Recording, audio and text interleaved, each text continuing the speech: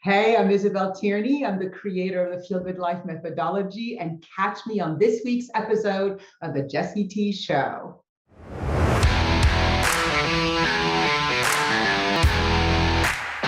Isabelle, what is going on, soul sister? I am so happy to be here. I've been looking forward to this podcast all week. I know, when you connect with someone, you just know that you're bound to do some stuff together. Like we just knew right away as soon as we started plugging in. And it was the great and mighty powerful Diane Halfman that said, y'all two have to meet because you're both on this journey. And it seems like you have a lot of cosmic resonance. So tell the world who you are and what you do. I love it. So my name is Isabelle Tierney, and I am the creator of what's called the Feel Good Life methodology. And on a very small scientific level, even though it's not that small, I help people relieve stress, get out of the stress response, and choose well-being instead. Right? But on a much larger, use the word cosmic level, what it really helps us do is to get out of our egoic separate selves and reconnect to what Dr. Andrew Weil calls the God response. So it's these 3 steps that actually connect you to every single thing you really long for and your soul really longs for. So it's incredible. Let's dive right in. What are the 3 steps and talk about the God response? Because I've tuned into the God frequency before through the help of plant medicine. So tell me what you do. Yeah, it's God response. So the reason I came up with the word God response is actually Dr. Weil had called it that. So really, when you think scientifically, there's the stress response, right, which we go into as human beings when we perceive danger. It doesn't mean there is danger. When we perceive danger, and then we all know this, fight, flight, freeze. These days, people also talk about the fawn response as a 4th stress response. And when we are in the stress response, people know stress is bad for you, but nobody really, few people understand that in the stress response, we're wired for the negativity bias, literally to look for what's wrong in the world, because we're tracking to see, is there danger? I need to make sure that the bush, as I'm a cave woman walking down the path, isn't moving in a funny way, which means there might be a lion. So we are tracking always for what's wrong. Great as cave people, not so great when it's our partner, our children, our colleagues, our friends, right? The other thing that happens in the stress response is our rational thinking brain shuts down. So we literally can't think straight, and we will make impulsive decisions that will hurt us. So we want to get out of the stress response as soon as we notice we have it, right? And then we want to move to the relaxation response, which is the place where we feel safe, where we can trust, where we see the world from a unified lens, where we can make rational decisions. So the 3 steps are: step number 1, stop. If you notice you are in that stress response, stop. So think like a traffic light. Don't do anything, because whatever you're thinking and wanting to do is actually distorted. So don't do anything. Step number 2, unless you're in actual danger. I always say that to make sure. If you have a bear in front of you, then you better act from the stress response. Step number 2, yellow zone, right? Yellow light, slow down and breathe. Because research tells us, again, even though it's so freaking simplistic, that when we take 5 to 10 abdominal breaths, it is the fastest way to get your body to trust that you're safe and into the relaxation response. And then step number 3, we say go with a feel-good habit. And that's a habit that is actually scientifically proven to bring you into that relaxation response, into calm, into peace, into love, into joy. And then we have a list of like 100 feel-good habits we get to practice for that. And you have to be with that habit at least 30 seconds to a minute, because you're literally rewiring your brain as you do that and starting to teach it to do the positivity bias more than the negativity bias. So I've said a lot. I wasn't expecting in the first 3 minutes, but we can slow it down and break it down. So where did you hear about this technique? I created it. All just created it by yourself? Did source, spirit, God give you insight? Like where did you download? Oh, everything I do. So the thing is that's weird when people like us who are led by spirit is like, all I ever say is God told me, spirit told me, source told me. And so sometimes it's like, Isabelle, it's okay for you to say I. It's a funny thing, isn't it? Because sometimes, I sound a little cray-cray, right? Like God told me. But I actually, that's the way that I work. For me, everything I do is I try to get out of the way and to let something bigger than me. I don't care what people call it. People can call it intuition, God, source, spirit, universe. I don't care, right? Buddha, Jesus. So when I say I will say it interchangeably because I really actually mean it's spirit. I mean, it came from, I became a licensed therapist, moved to Boulder, and built my private practice in a year. When it's almost impossible in Boulder to build a private practice that's successful, right? I was told that there's more therapists per capita in Boulder than anywhere else in the world. I didn't know that. Anywhere else. So I was told, you are never going to succeed. If you make $25,000 a year, you are lucky, right? And I was like, you told me I could curse. I was like, fuck you. You give me something, you tell me something like that, and I will prove you wrong. So within a year, I had full practice, 8 clients a day, 5 days a week. And, I lasted, I don't know, 4 or 5 years working that hard and having 3 kids and having a marriage. And then it all fell apart. I got diagnosed with adrenal exhaustion. Yep. And I got divorced, and it wasn't just that, but that was one of the contributing factors. Sure. And then I had to learn to develop, to find a way to be successful, to do work that I love, to do work that had impact, and to make enough money, or abundant money actually, without living from the stress response, right? Without using adrenaline, without using push, without using doing, right? All the things so many of us have been taught to do, that's the only way to be successful. And so, I started learning about the stress response, and I created this feel-good scale that used to be called the stress scale. And so again, traffic light, think of it as a triangle. It is a triangle that has red, yellow, green, right? It's divided into 3. And the top, the red, is the stress response. We call it the red zone. The green zone is the relaxation response. And this work teaches you how to shift out of the red zone, down to the yellow zone, into the green zone. And we call it, in spiritual terms, the God zone, right? From God, Andrew Weil. And then I was like, well, so that's the God zone. What's the red zone? What's the stress response? And the word that immediately came was the separation response. Because you know what happens in the stress response? The 2 sides of our brains are not connected, right and left. So literally, we can only see the world dualistically. Wow. Literally, we see things as separate, which to me is the very definition of when we come into this earth, egos get born, and we see ourselves as separate from something greater. Yep. So it's so big, right? The scale is so simple and scientific, and as big and spiritual as you're willing to let it be. It disconnects you from source and from your divine power, when you operate from ego and when you operate in that dualistic approach. And so when we talked before we jumped on to the episode, I think you mentioned, either this came to you through meditation, or that like you practice meditation and you get messages through meditation. Is this where this muse came from? I think that one of the things, what we call superpower, I think one of my superpowers is understanding, like getting concepts and then being able to create structure and to actually actualize them, right? So, and then to adapt. So yeah, all the time I get information from something greater than me, but then I have 3 steps of how we listen to God, right? And I have God as my CEO, is what I call it for my business. So the first step is listen. So it can literally take a lifetime first. Like, how do we listen to God, or intuition, or whatever we call it?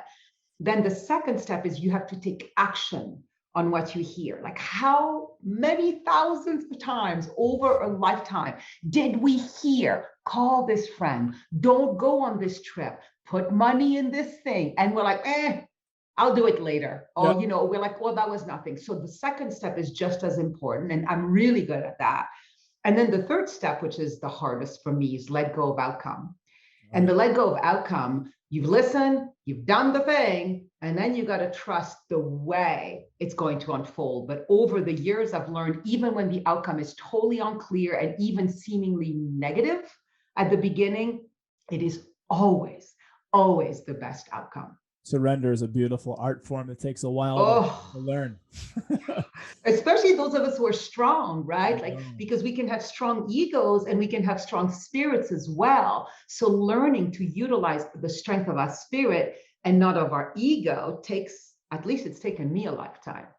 It's a lifelong practice. It's like anything else. And I was talking to somebody earlier today on another podcast episode, just the idea of healing trauma and healing and doing work. It's a lifelong journey. There's no end point. There's no I've arrived or I've made it. There's just evolution and growth and love and abundance, and just being able to eventually, once you've healed yourself, turn around and heal other people and leave your mark in the world, whatever that is. And not even from an egoic standpoint, leave your mark in the world, but just be this high vibration of love, light, and truth that just shines so bright that like can't be ignored. And it's not from a bombastic place of like I need to be seen, but it's just like there's so much that I'd love to be able to give back because it's helped me, and I feel called to share. And this is kind of like where people like you and I and other people like warriors of the rainbow populate from. Yeah, I love that because that's the thing. The reason the three steps, the reason I make God my CEO, I think you and I were talking about this the other day, is about a year ago, I hired this business advisor. She gave me this amazing funnel, which I run now, where I have a free challenge, which leads into my course, which leads into an apprenticeship. And so she's asking me, like any good business coach, right? Like, what do you want? What's your vision? How many millions do you want your business to be?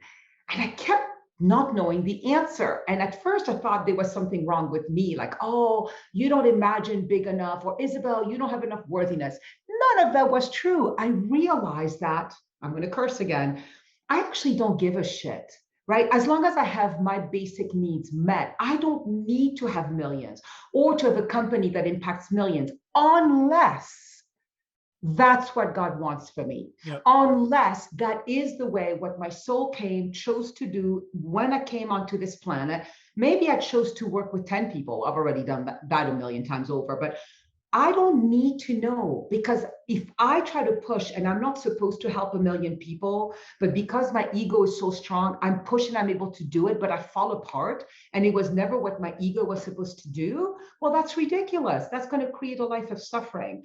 And so I literally, when I say the third step, if my business is supposed to fail, I will trust that. If I've done the listening and the taking action upon, I have that much faith with God as my CEO that I don't have an attachment to, and I have preferences, but I don't have attachments. And have you ever heard of that? That there's a difference between attachments and preferences. And I love that discernment between those two things. Where did you really harness and hone in on your ability to hear God as your CEO, like and talk about that process, what that looked like for you? It's a great question.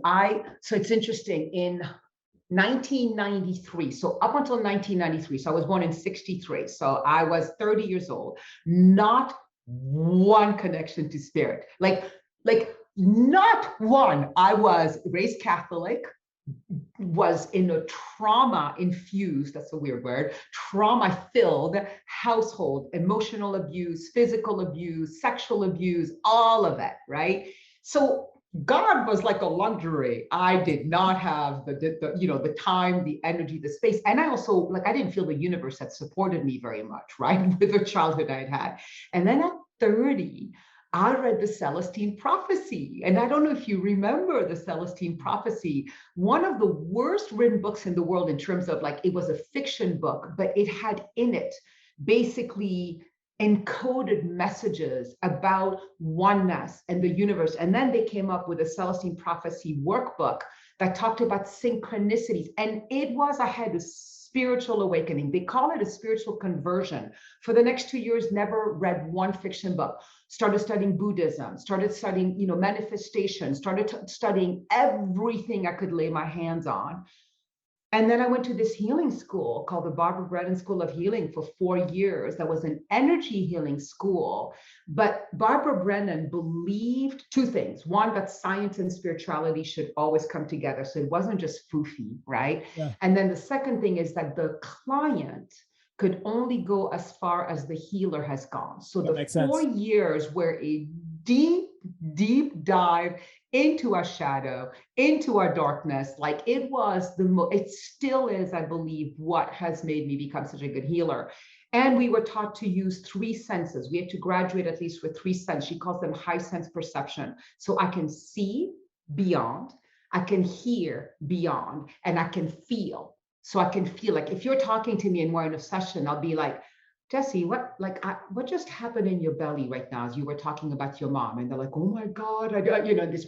So that's what taught me. And then it's literally an everyday practice of meditation, of learning to recognize the way spirit speaks to us, right? Because the way spirit speaks to you might be different, right? The synchronicities for most of us, dreams for many of us. Spirit speaks to me through songs. If I hear a song repeatedly, I need to take action upon that, look at the lyrics, and it always, always has information to me. Passages in books, you open them up, something somebody tells you. So you have to learn what your language is, and then practice and practice and practice. And just be attuned to the subtleties, right? Be attuned to the subtlety, the still small voice, right? Why is God the still small? Like, why couldn't God be the loud as shit voice? But instead, it's the still small voice that we have to be quiet enough to listen to. The subtleties, like you said, the synchronicities. And I think we talked about this before, but to give people some context and some of the things we're talking about, and I'm sure many people listening and watching this would feel the same thing, but there's those times in your life and moments and seasons of life where, you might be thinking of Isabelle, and all of a sudden a day or two later, Isabelle calls you. You're like, okay. And then it happens enough times and you're like, all right. So what I started doing is I started jumping ahead of it. So as soon as I started thinking about somebody intently, and before they called me, I'd reach out to them with a text or a phone call, and I shit you not, probably almost 10 times out of 10, that person was like, I was just thinking about you. So you talk about these synchronicities and energy, which are completely real, and when you've worked around them a long enough time, they're almost like, for some people, they actually are visible. Like I know people that could like see people's auras around them from different colors and different things that happen with them. But for me, in different energy work that I've done in different like healing modalities, no question, energy is real. And once you start to attune to these things and you start to kind of play with them a little bit and become adept at those things that call to you, like you mentioned, whether it's music, whether it's a podcast that you hear, or whether it's someone who's telling you to read this book. I remember, as silly as it's going to sound, and this is something that I really didn't want to get into, but when Clubhouse was hot like a few months ago and it came out, this app where it's this networking. Have you heard of Clubhouse? Yeah, of course.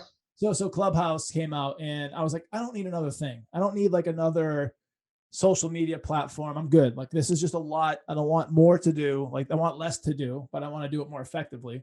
And I got 3 messages in 24-hour period to join Clubhouse and 3 invites. I'm like, all right, I get it. I need to just do it. And for the moment, I didn't really like go head over heels into it. But then for a couple of months, I got a part of this panel that was like conscious CEOs, coffee with conscious CEOs.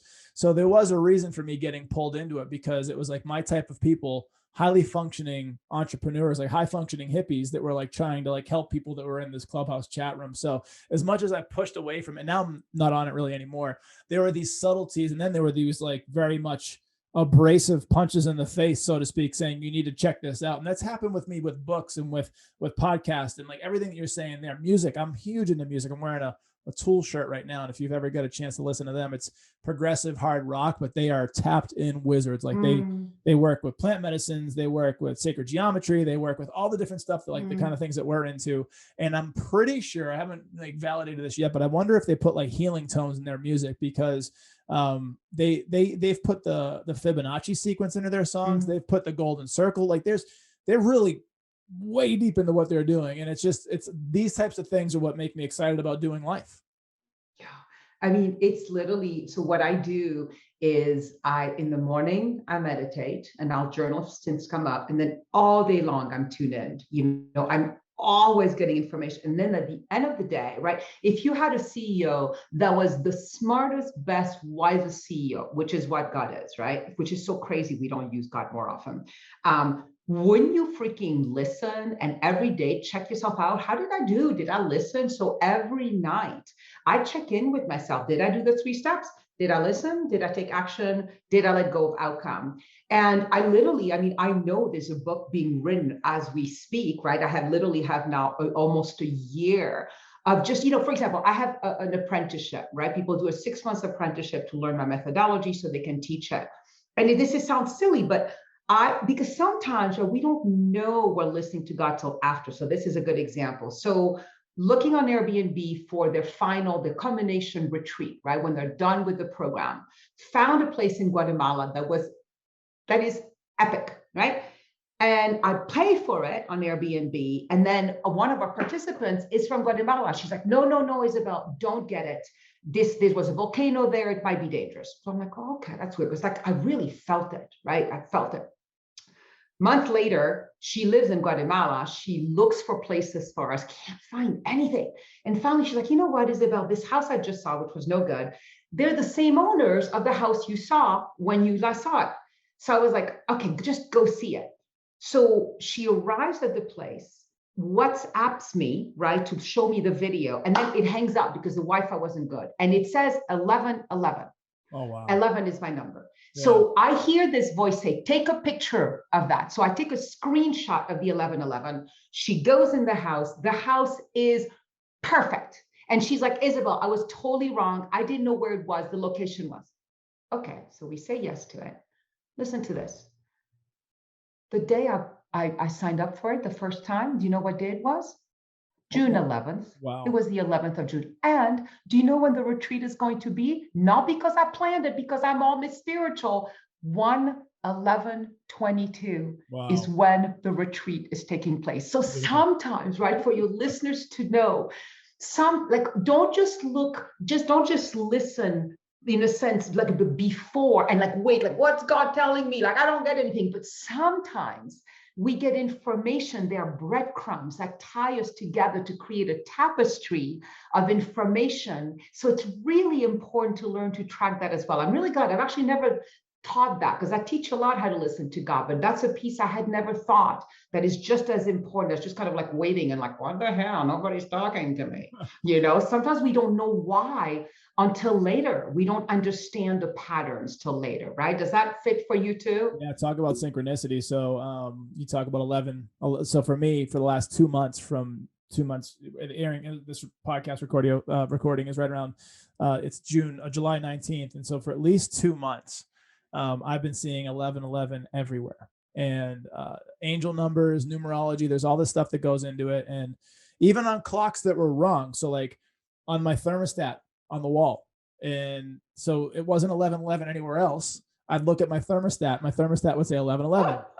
I wasn't gaming the system like, oh, I'm never looking for that number. Exactly.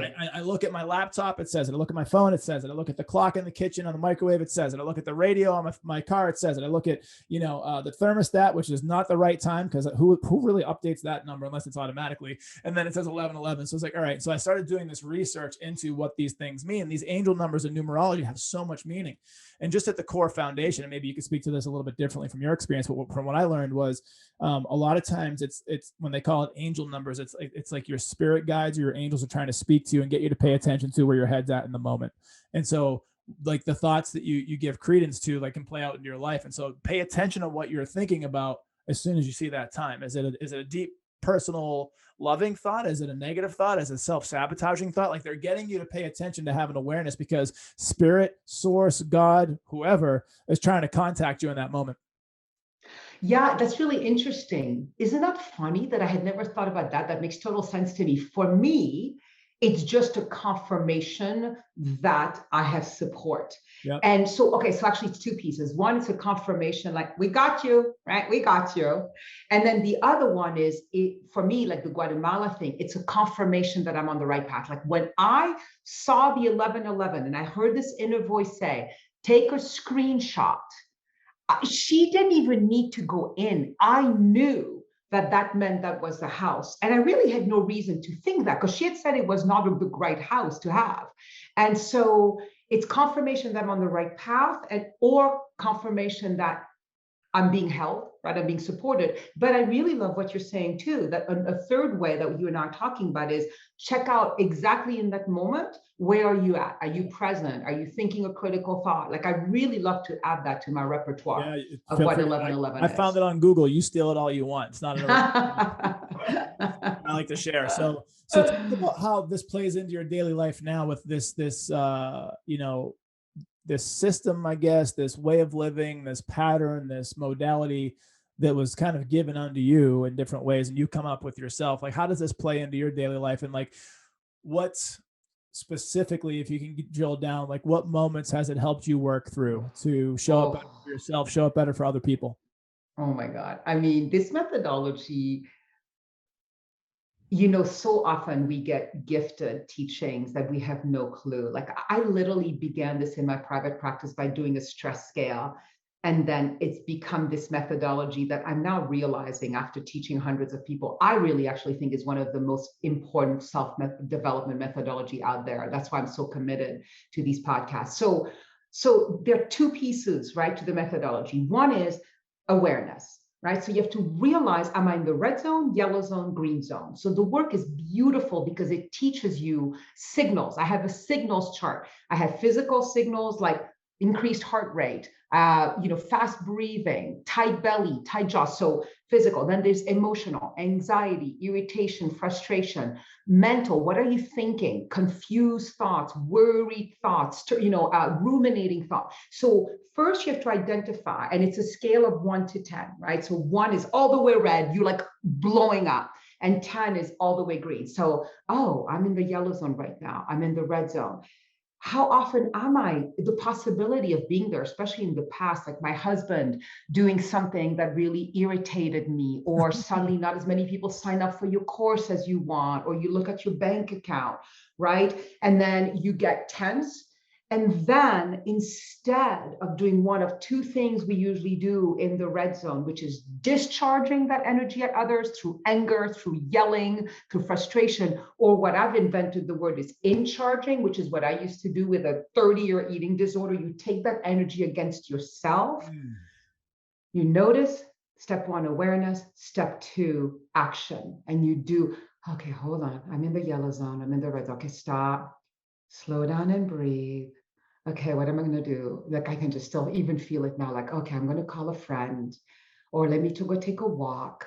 And Jesse, if people go on the Breakthrough Challenge Facebook group page, you will see hundreds of examples of people who chose, it makes me want to cry, like not to fight with their partner, not to yell at their children, not to drink that extra bottle of wine. Like it's just, I think your feelings, what are you noticing in yourself? No, it's powerful. It's tapping into those feelings, and like being present, being where your feet are is super, super powerful. And being able to, what I learned in Peru this year through a friend of mine, let it flow, let it go kind of thing, and kind of give it the space it needs to do what it needs to do. So I was in the Sacred Valley in Cusco, Peru on a plant medicine frigging beautiful journey. And one of the days we were up there for 10 days.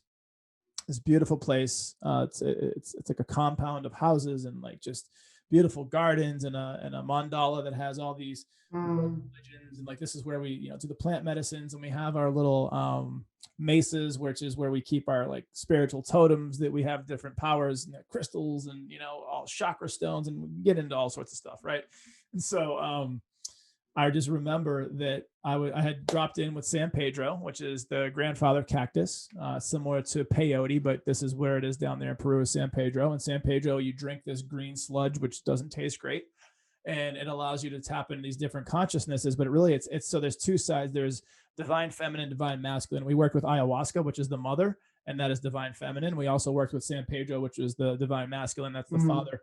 And it allowed me to really tap into like it's a very grounding medicine. So a lot of times you'll find yourself laying on the ground because you want to be tapped into Pachamama. You want to be tapped into the vibration and the energies of Earth, and especially in the Sacred Valley where it's so powerful. It's a vortex.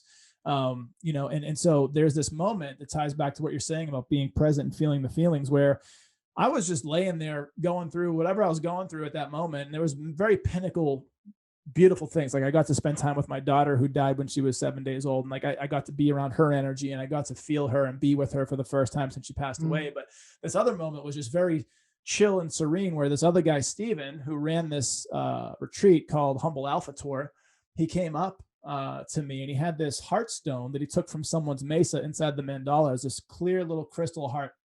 And he comes up to me and he holds my back, and I'm a big guy. He's bigger than me. He came up from behind me and put his hand on my back, and he put the stone on my heart. So he kind of like put his hands on me like this, if I could, but his hand was the other way. And he just goes, I don't know why I'm doing this, but let it flow, let it go. Let it flow, let it go. Let it flow, let it go. And so what I didn't realize And I'll tell you the story of how beautiful that moment was, because it went on. So it was like, and I'll tell you what I learned from that, which ties to what you're saying. So he did this to me. And as he walks away, he leaves the stone on my chest, because then I'm like laying down on the ground, have the stone on my chest, and then I get up. I'm like, cool, let it flow, let it go. Like, I wasn't really sure where he was going with it, but I'm open to receiving and surrendering to the moment. So I'm like, good. So all of a sudden, 5 minutes later, one of my best friends, Lane, who's a soul brother, this guy who's on this spiritual walk with me, he is going through a tough time on his journey. And so he's sitting down, and he's in a really tough emotional state. Steve and I come up to him on either side. Steve's on his right, I'm on his left, and we're just holding space for him. We're not trying to like fix anything. We're not trying to, we're just there for him. Three dudes just loving on each other. And so we both get our hands on one side of his back. I'm on his left, and Steve's on his right. And we both have our hands on his back. And I take that stone, put it in my left hand, and put it up against his heart. And I just hold it there. And so like immediately the stone started making this beautiful transition from person to person. And then eventually it made its way back to its rightful owner. And so this stone and this let it flow, let it go had such a powerful impact in that moment, but I still didn't know what it was for me until recently, where I teach myself, I teach people, I teach kids, like my kids, about how to let it flow, let it go. So especially with my kids. So they get very emotional. They're balls of energy. They're just always on go, right? And they're always on a high emotional threshold, whether it's happiness, whether it's sadness, frustrated, anger, playfulness. And now I'm teaching them to let it flow, let it go. So like when one of them starts crying or gets upset, I'm like, listen, own the feeling, identify the feeling, which no one ever told me as a kid, but now I know how to do for myself, and I want to teach them. And I'm like, feel it and let it go. Let it be a teacher. So this is just a beautiful thought when you're like, what are you feeling? What's coming up for you? I just thought about this whole thing in like a snapshot of that whole moment. I love that so much. So one of the things that it's easy to misinterpret about my work, and yet a pivotal teaching of my work, is that people think that emotions like frustration, irritation, anger, grief, jealousy, whatever they are just red zone emotions. And that when I'm in the green zone, I'm not going to feel those emotions. I'm just going to feel peace, love, joy. Not at all. So what I love about let it flow, let it go, how it goes. So think about this triangle, right? So the base, first of all, is in the ground, right? It's in the bottom, and it's very wide. It's infinitely wide, really. I mean, I only use a triangle because I have to use some structure. So I teach people to do their emotions in the green zone. Think about emotions in the green zone. In the red zone, especially painful emotions, we constrict against them, right? We are wired for that. You feel pain, you constrict. You feel pleasure, you relax. We have to reteach ourselves to do something different. So instead of constricting against anger, grief, any of these turbulent, uncomfortable emotions, I teach people to open to them in the green zone.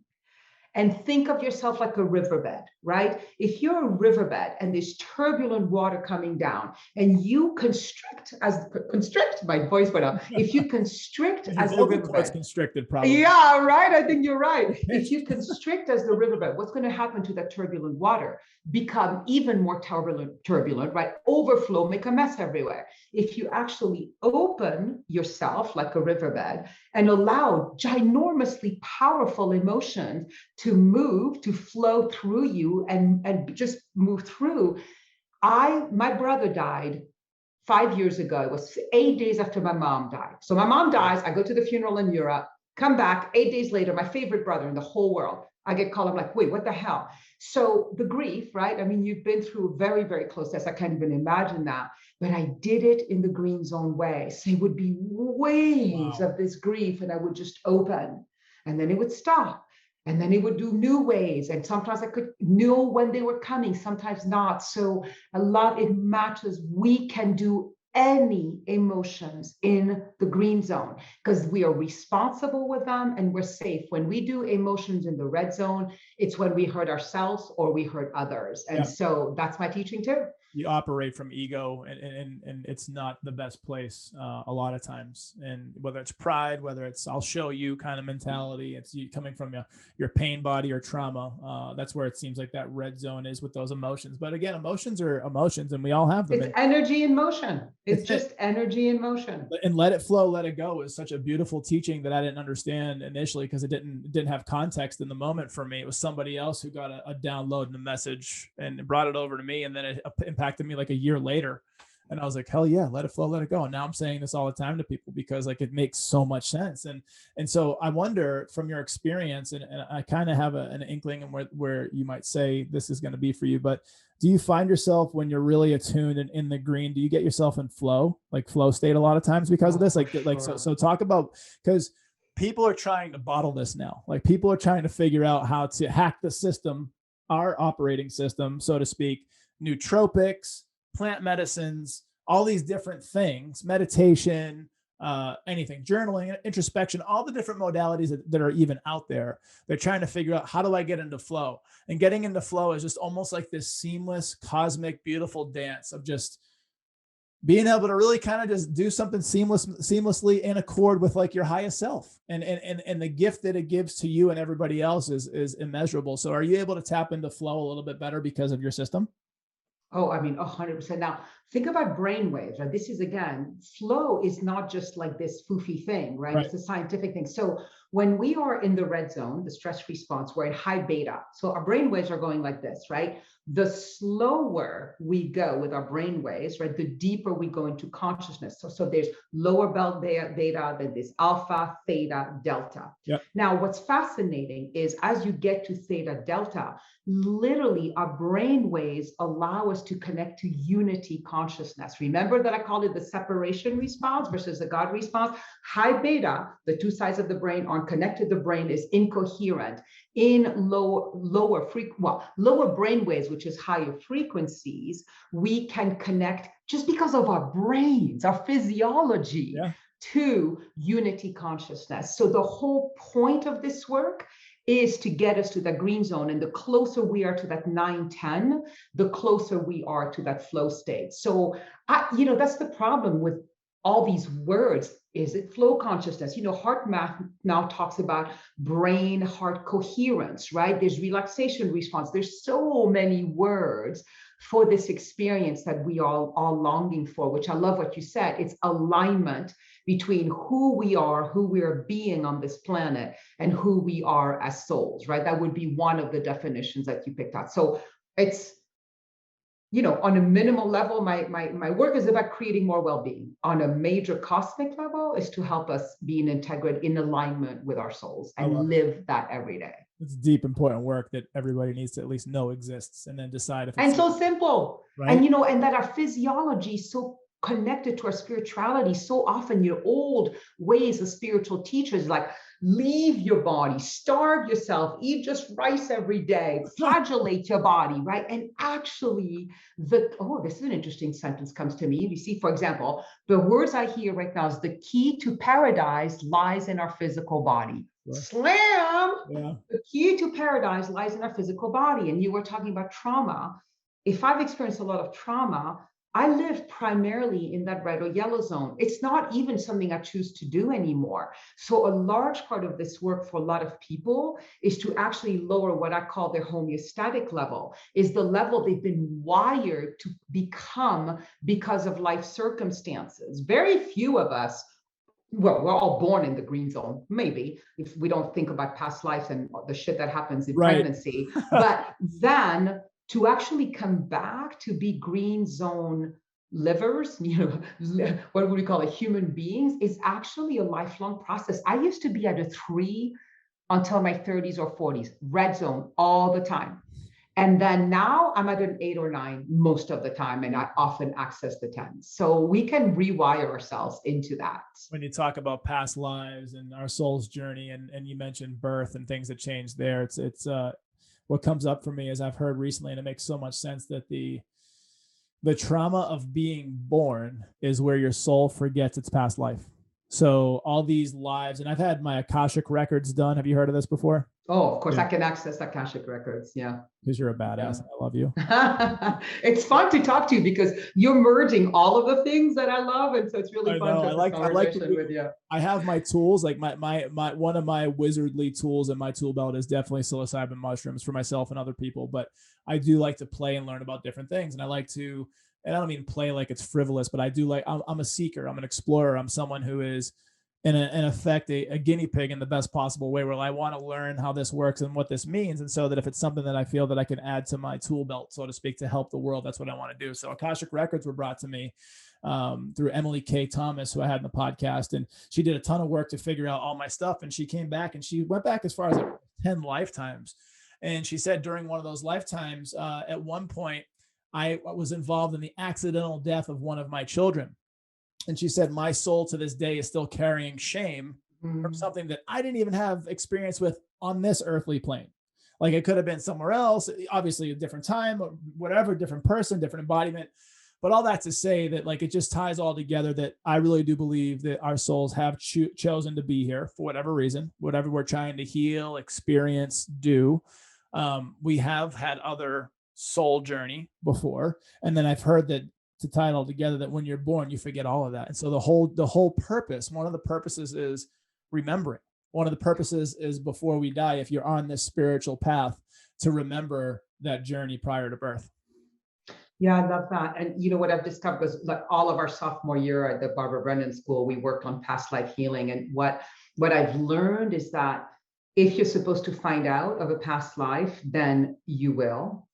And second of all, to trust what past lives come to you. Like we don't have to know all of our past lives, right. You know, right? What I've seen is the past lives that come to me or to others when I do energy healing with them are the ones that, like you were saying, have some sort of correlation and impact on who we are today. And are still negatively impacting. Or, you know, a lot of people who are healers have past lives where they were punished or killed for being healers. Yeah. And so in this lifetime, they play small because, believe it or not, their psyche, their energetic psyche still has that trauma memory living in it. And so, you know, uncovering these past lives and what needs to be learned in this life is most often what I see. Like, unless somebody's really, I don't mean obsessed in a bad way, like that's their thing, past lives. What I have found for myself is I'll be shown the past lives that I need to move forward in this life. You too? Oh yeah, and it's crazy. I just got chills on my neck and my traps and my shoulders because I was out to lunch, not mentally, but I was out to lunch last week with a buddy of mine, and he was talking about one of his past lives, that he grew up feeling like he had this deep soul, and he felt like he was either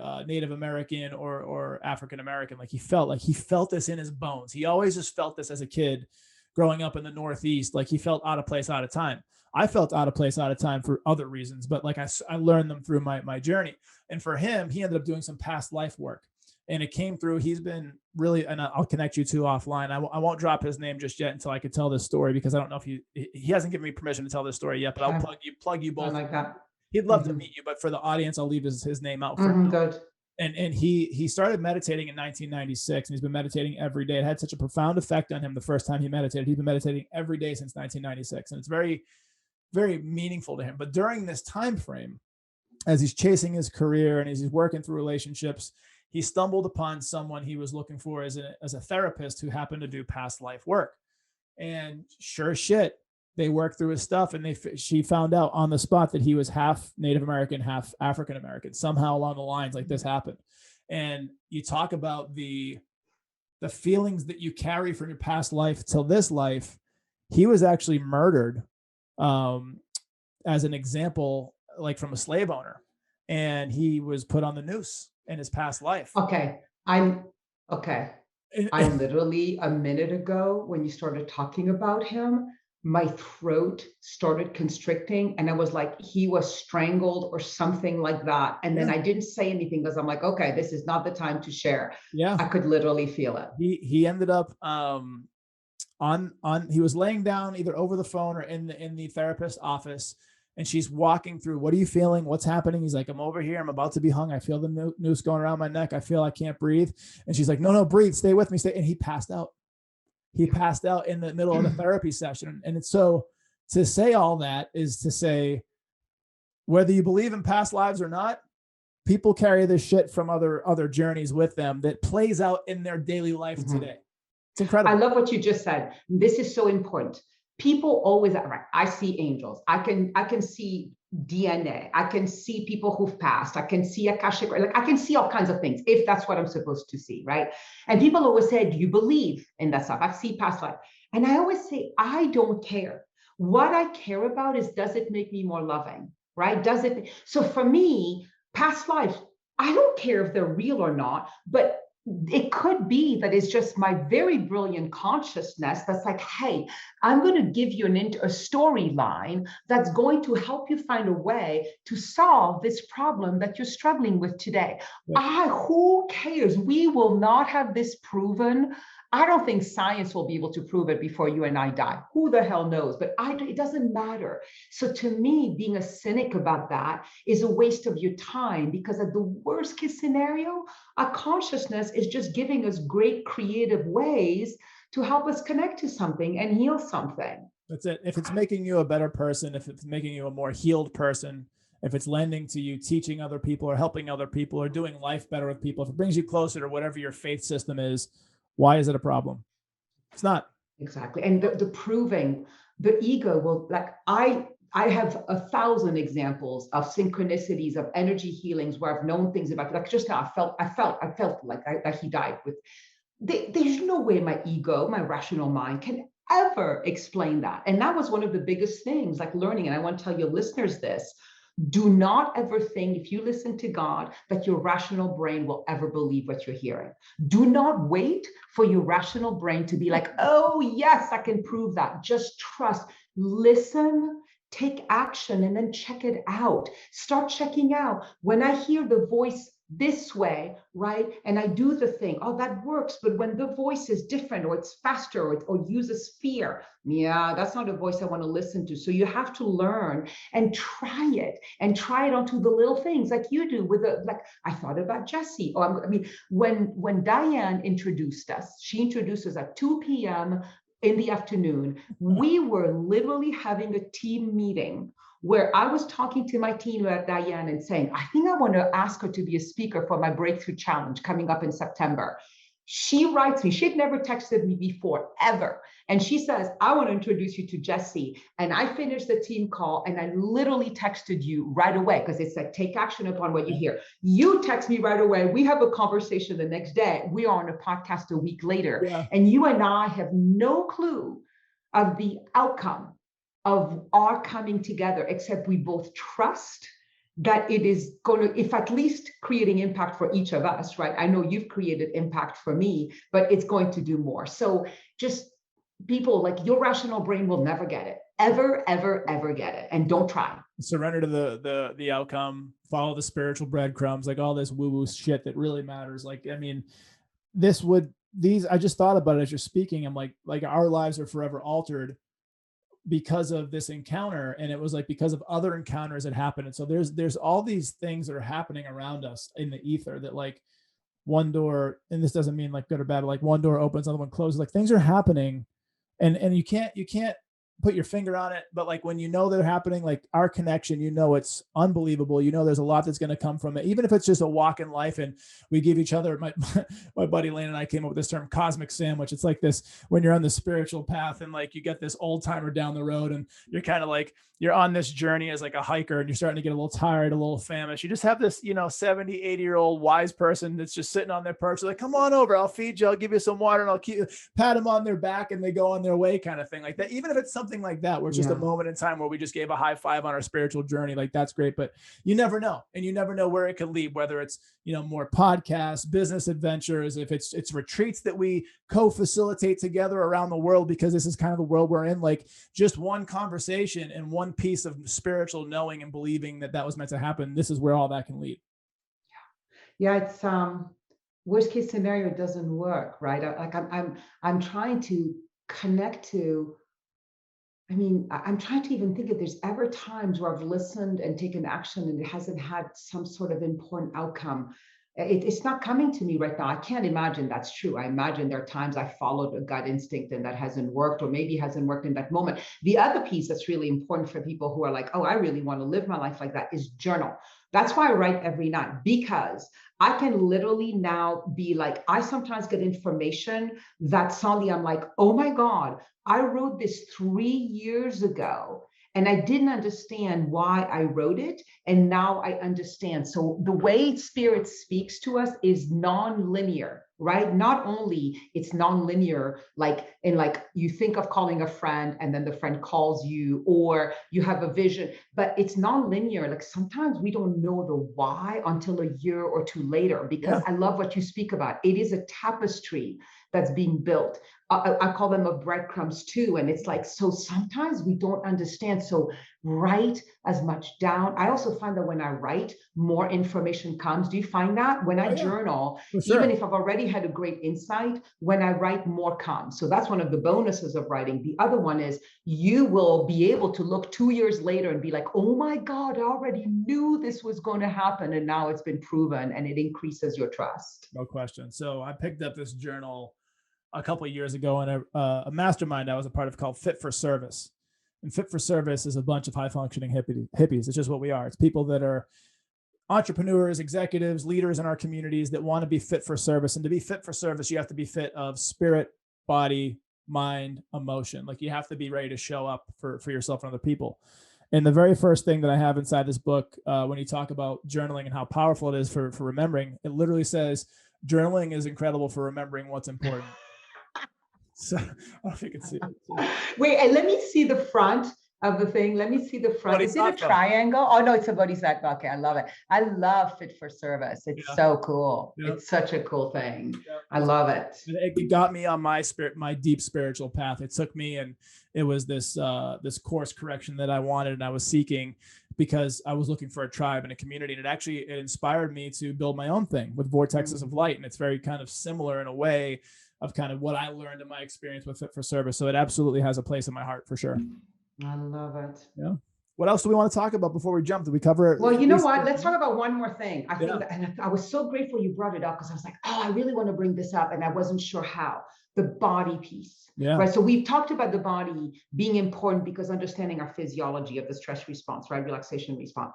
But I feel that, and I think you've been taking care of your body for a long time. So remember, I had an eating disorder for 30 years. That was the way my trauma actualized itself, right? I had bulimia. So think about it. I would literally take in life force, and then I couldn't stand having life force, and I would throw it out, and I would take in too much and I would throw it. It had so many symbolic layers. It was sexual abuse that I was saying yes and then no. I mean, I could go on for, 20 days about what the bulimia was about.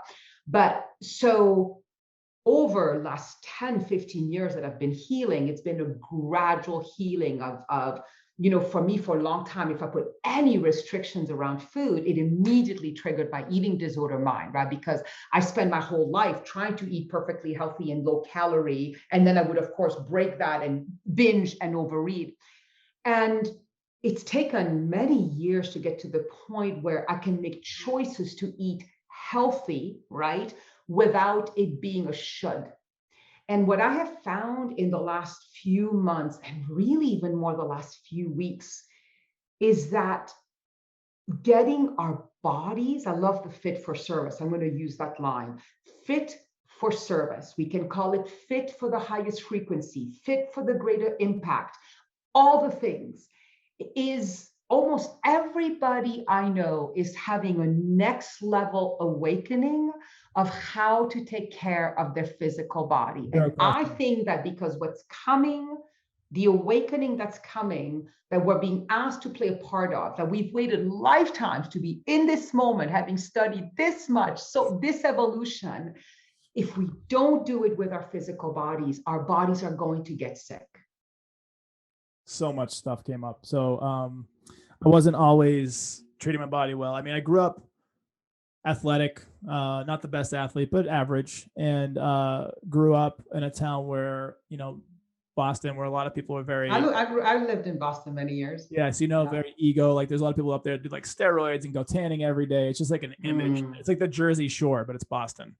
So like North Shore, right? Were you north or south? Yeah, I grew up in East Boston, which is just outside of Boston, on the very start of the North Shore, and like next to Revere and Lynn. And all these places. Oh yeah, I know it well. Yep. And so I abused my body for a couple of years. I was selling drugs and doing drugs, and I was shooting heroin for 6 months. And it was like one of those things where I had gotten away from the things that made me happy. And I was trying to cover up a lot of that trauma that we talked about from other conversations, including some today, through this really poor, low frequency medicine, if you will, just drugs. Right. But I had since changed and gone through these iterations where, yes, I am on a trajectory of conscious, eating and conscious relationships and all these different things, but I'm still not perfect. Like sometimes I drink a little too much, or sometimes I eat a little too much sweets, or because I grew up Italian, I like pastas, meats, cheeses, and breads. Like there's all these things. And so I think even that in my own personal journey, that's part of my lifetime evolution. Like, so it's not something, and I'm not in a place where I need to just immediately switch everything, but I do enough good things. It's like the 80-20, the Pareto principle. Yeah. I'm training 5 or 6 days a week. I'm trying to get 7 or 8 hours consistent sleep every night. I'm drinking water. I'm like taking cold showers. I'm fasting every day. So I'm doing good things, but I do play a little bit. And this mortal coil does crave to be naughty sometimes, right? It's okay. It's okay to have that piece of cake, right? It's okay to have, so for sure. Yeah. And so I was just kind of going back to that. And then there was another piece I wanted to get into. And this may be getting really hippie. So you talk about preparing our bodies for the next thing. So there's two major things I think that I wanted to point out from that. And so the first thing is just the astrology of it all, where we're leaving the Piscean age and we're going into the Aquarian age. And this is like the age of Aquarius, where there's so much energy and so much change happening, depending on who you believe and the timing of it all. A lot of people seem to believe it's happening like right now, or at least in this time period. So that's part of it. That's part of the change that's happening.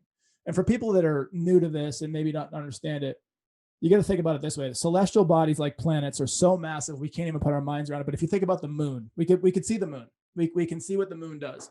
The moon controls the most powerful energy on this, like physical energy on this earth, called the ocean.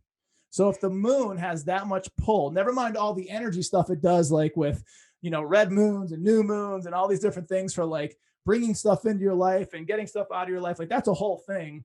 Why couldn't other celestial bodies and astronomy in general play a role in like just the ages that we're living in? Of course they do.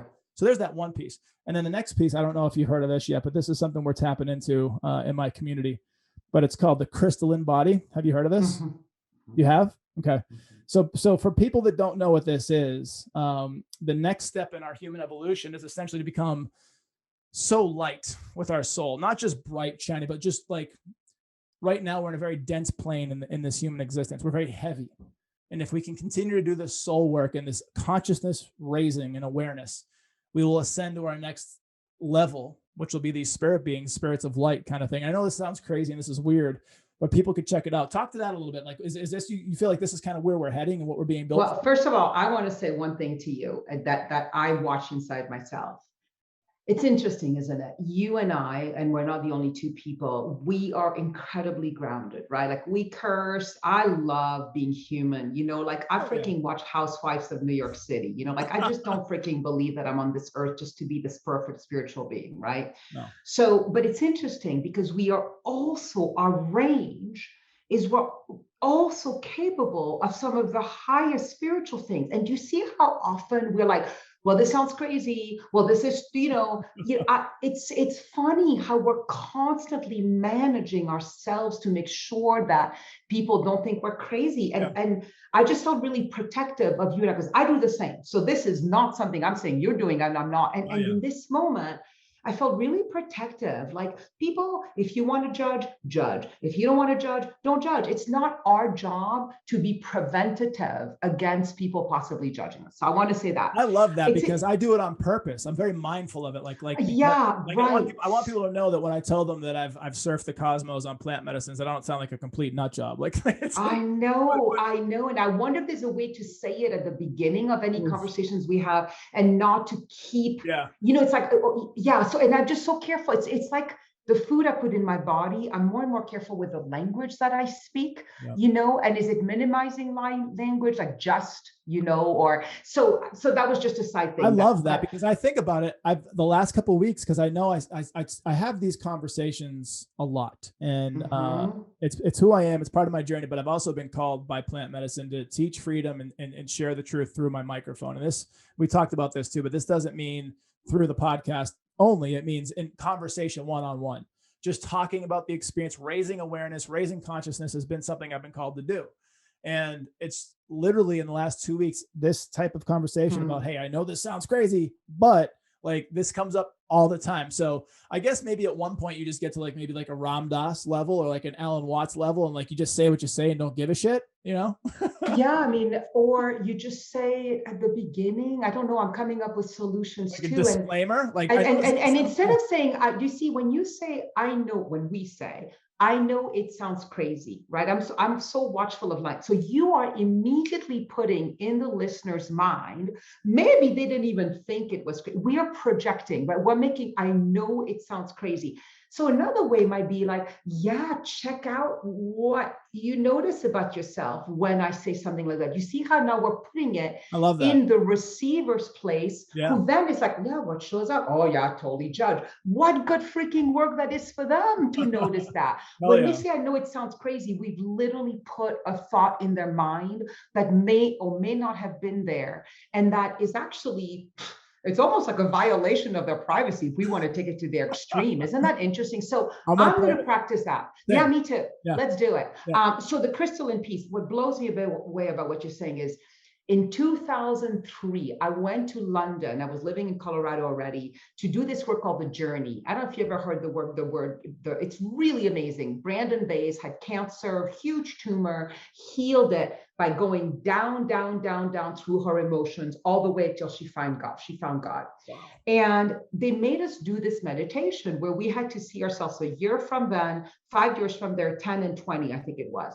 Do you know what I saw in myself? It was, I think, 20 years. What? I saw myself as transparent. I was still me, but I was transparent.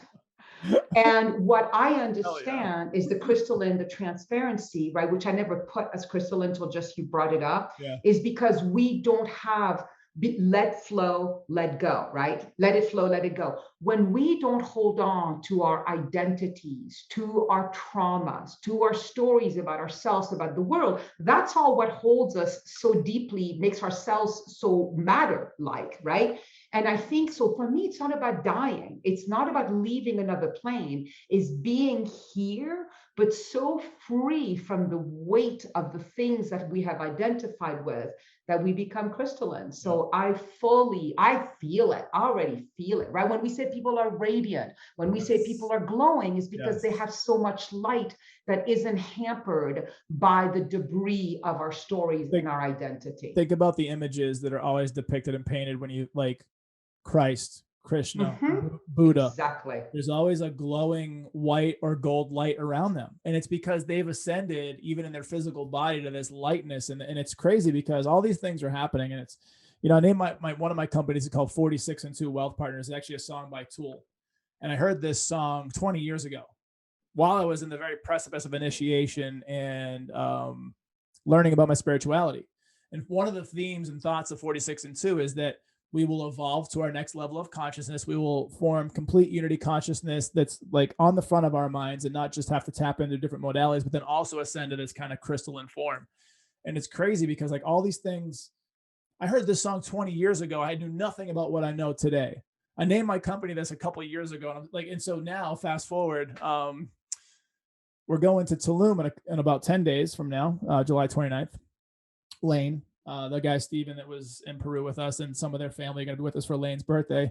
And we're going to be getting some trippy shit. So we're going to be going and checking out Chichen Itza and the Temple of the Magician and working with some different things while we're out there. But I'll come back and report because we are going to be doing some crystalline frequency work. So I'm going to see if I come back. Let me ask you a question. I have this idea. See, boom, insight. Idea comes to me.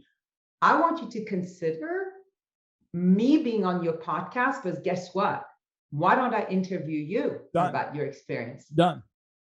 And I want to turn the tables. I'm going to have you on again outside of that. So we're going to do a few of these. Yeah. So when I come back and have time to maybe, because I don't know if I want to process, because what you find. No, whenever you feel integrated and that you're ready to share. No, it doesn't have to be when you come back. I'm just saying, why don't we, because I don't imagine people interview you, about these kinds of things. So I'm just saying, I'm offering myself as an interviewee. The answer is yes. Everybody listening and viewers heard it here first. The answer is yes. What I was thinking was, And Joe Rogan said this beautifully, like when he does, so we'll be working with DMT. Have you heard of DMT before? Mm-hmm, Yep. of course. Yep.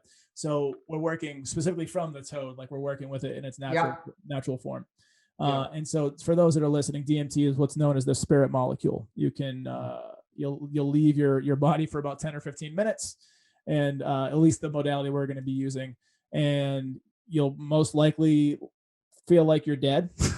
You'll feel like you've like released ego, released self. You'll get some spiritual downloads. It's called the God molecule as well. So you probably have some divine connection.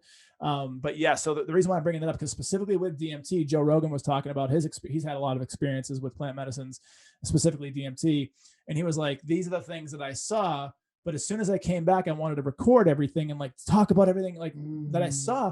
He's like, but I could feel my ego coming in and like trying to justify or make things maybe sound cooler or like whatever it was. So my thing that I was trying to say to you is like, I don't even know if I want to have time to integrate or lose the freshness of it. I just want to throw up the rawness of it. And then yeah. Well, you know what? I'm here. Just reach out to me. You come back Sunday, on Monday, we do it. I don't care. It just was like, it was incredibly fast. And this is, again, showing people in real time how that happens, right? Isabelle did not think this thought, I should interview him. It was something that said, tell him you should interview him. And that's the way that it works. And then, right, then we have to have the courage to take action upon what you hear. Like, it's a little embarrassing, I was asking that, but I trust you enough that you would say no to me if it didn't feel right? So all that. So yeah, so final thing I will say about the body so we can complete it. And I think we've gone a long time for your viewers, but just notice, you might be noticing, those of you listening, that suddenly like your body's being louder with signals of pain or discomfort. Like for me, I've been told I'm gluten allergic. I have a gluten allergy for 5 years. And I was always like, you know, like I can still, I'm half Italian. I'm the same way. And 3 weeks ago, I woke up and it was done. It was done. I haven't touched gluten, and I have the amount of life force available to me is just unbelievable. And again, I think it's because I'm supposed to be ready for the amount of transformation that's happening on this planet, and to be the most vibrant, alive, energized player. We've been training for this for a freaking lifetime. Like, so might as well. So just, I want people to just listen and trust if you're starting to see intuitions about taking care of your body, because I think we're supposed to. I think there's something happening, right? Whether we call it creating heaven on earth or whatever, all the names that we can call it, being crystalline, something's happening. So trust what you hear and take action on it. Agreed. That's how we want to leave them. Sending you all the love and light, girl, and hope that we continue to just keep doing some great life together. And you're amazing, you're mighty, you're powerful. I can't wait for the next episode with you. Thank you so much.